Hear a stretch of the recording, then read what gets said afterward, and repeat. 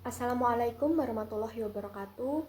Yang terhormat Bapak Herianto Susilo MPD dan Ibu Triulia Kodriati selaku dosen pengampu mata kuliah keprofesian pendidikan nonformal. Sebelumnya, perkenalkan nama saya Muzara Artikasari dengan NIM akhir 031.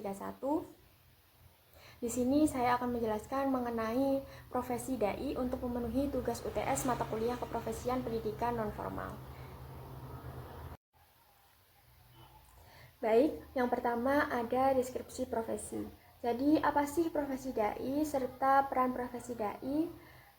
Jadi, profesi dai adalah dai yang menjadikan dakwah sebagai profesi.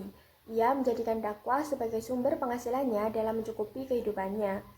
Kemudian, dai profesional adalah dai yang dalam melakukan dakwahnya dengan model pengembangan kreatif, inovatif, atraktif, dan super motivatif. Selanjutnya, profesi dai sangat berperan penting dalam menyebarkan ajaran Islam, membina keimanan, dan memupuk kesadaran sosial. Selanjutnya, ada tugas dari profesi dai. Yang pertama itu menyebarkan ajaran Islam, mencegah perbuatan buruk, meningkatkan kesadaran dan kepedulian sosial, mempromosikan keadilan, kebersamaan, dan partisipasi sosial. Yang terakhir adalah mempersatukan umat muslim. Kemudian ada tantangan dalam menjalankan profesi dai itu sendiri. Jadi ada tekanan yang mengurangi ruang gerak dalam berdakwah.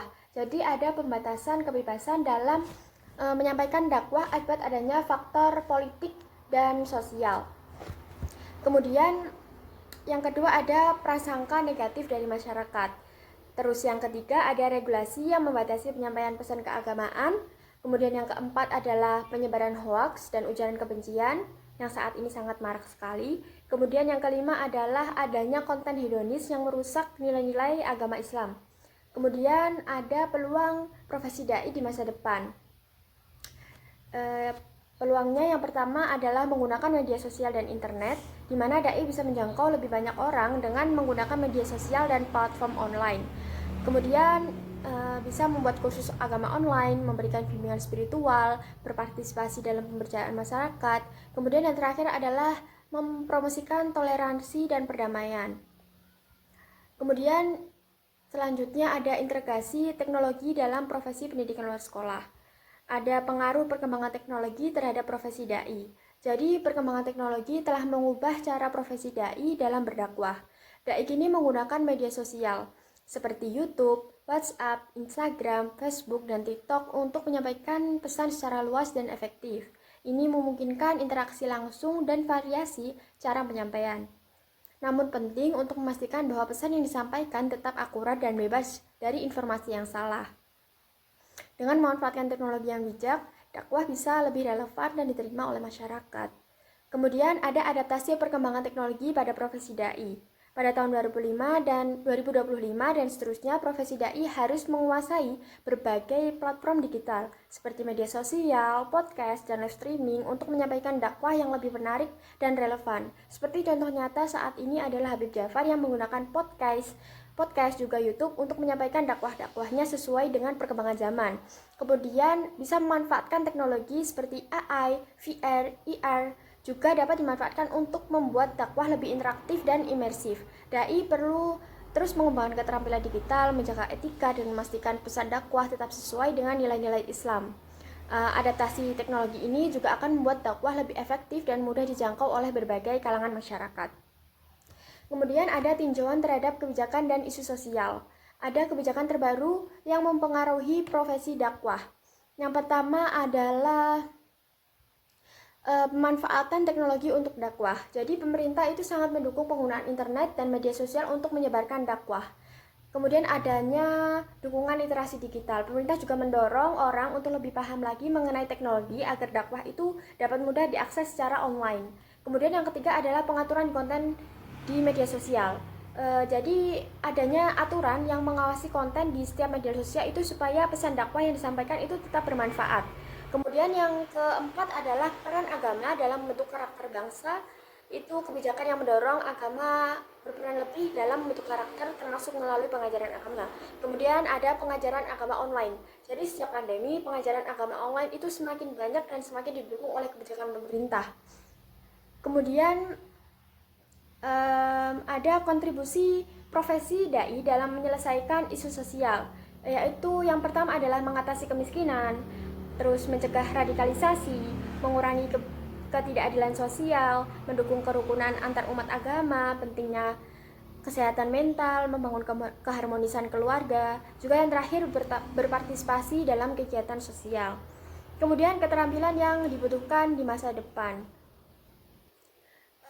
Agar seseorang dapat sukses dalam profesi dai ini, yang dibutuhkan adalah yang paling penting adalah keterampilan komunikasi, di mana dai itu harus dapat berbicara di depan audiens dengan percaya diri serta menyesuaikan gaya komunikasi tersebut dengan audiens yang beragam, baik di dunia nyata maupun di dunia digital. Contohnya seperti Habib Jafar tadi dan juga Ustadz Hanan Ataki, di mana kedua karakter ini mempunyai cara penyampaian yang berbeda. Kemudian yang kedua ada keterampilan digital. Seorang dai itu harus mempunyai keterampilan digital supaya yang mengelola konten itu lebih terbaru dan terkini, seperti itu. Terus yang ketiga adalah harus mempunyai kemampuan analisis dan pemecahan masalah. Terus yang keempat keterampilan kepemimpinan dan manajemen. Yang kelima kemampuan emosional dan empati. Terus yang keenam pengajaran dan pembelajaran. Yang ketujuh itu yang penting adalah pengetahuan agama yang mendalam dan aktual. Selanjutnya ada keterkaitan dengan SDGs. Profesi dai profesional berkontribusi dalam pencapaian SDGs melalui beberapa cara. Yang pertama ada SDG 4 yang berkaitan tentang pendidikan berkualitas. Dai mengajarkan nilai-nilai agama dan etika serta mendorong pendidikan formal di masyarakat. Kemudian ada SDG 1 di mana tanpa kemiskinan, dai membantu pengentasan kemiskinan melalui zakat, sedekah, dan program pemberdayaan ekonomi lainnya. Kemudian yang ketiga ada SDG 10 yaitu mengurangi ketimpangan sosial. Dai mempromosikan kesetaraan dan inklusi sosial melalui dakwah tentang keadilan dan hak asasi manusia. Kemudian SDG 16 yaitu perdamaian, keadilan, dan kelembagaan yang kuat. Dai mendukung sekali perdamaian dan toleransi antar umat agama serta memerangi radikalisasi.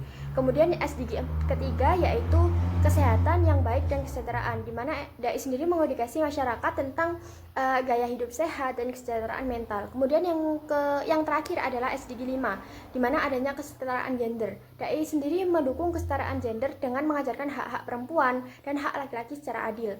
Kemudian yang terakhir ada refleksi pribadi dan rencana karir. Menurut saya sendiri, saya kurang tertarik dengan profesi ini. Tetapi mungkin jika saya menekuni profesi dai tersebut, ada beberapa rencana yang akan saya kembangkan. Yang pertama adalah, yang paling penting adalah meningkatkan pengetahuan agama saya. Saya berencana untuk memperdalam pengetahuan agama melalui pendidikan formal dan informal maupun non formal, serta mengikuti pelatihan mungkin. Kemudian yang kedua adalah mengembangkan keterampilan komunikasi. Terus yang ketiga adalah mempelajari teknologi dakwah, jadi teknologi apa saja yang perlu dikembangkan saat ini. Kemudian yang ketiga adalah berpartisipasi dalam kegiatan sosial, di mana saya harus terlibat dalam program-program pemberdayaan masyarakat untuk memahami masalah sosial yang lebih dalam, untuk membantu dan mungkin saya membantu penyelesaian masalah tersebut dalam pendekatan agama, seperti itu. Sekian presentasi dari saya. Mohon maaf apabila ada salah kata atau perbuatan. Wassalamualaikum warahmatullahi wabarakatuh.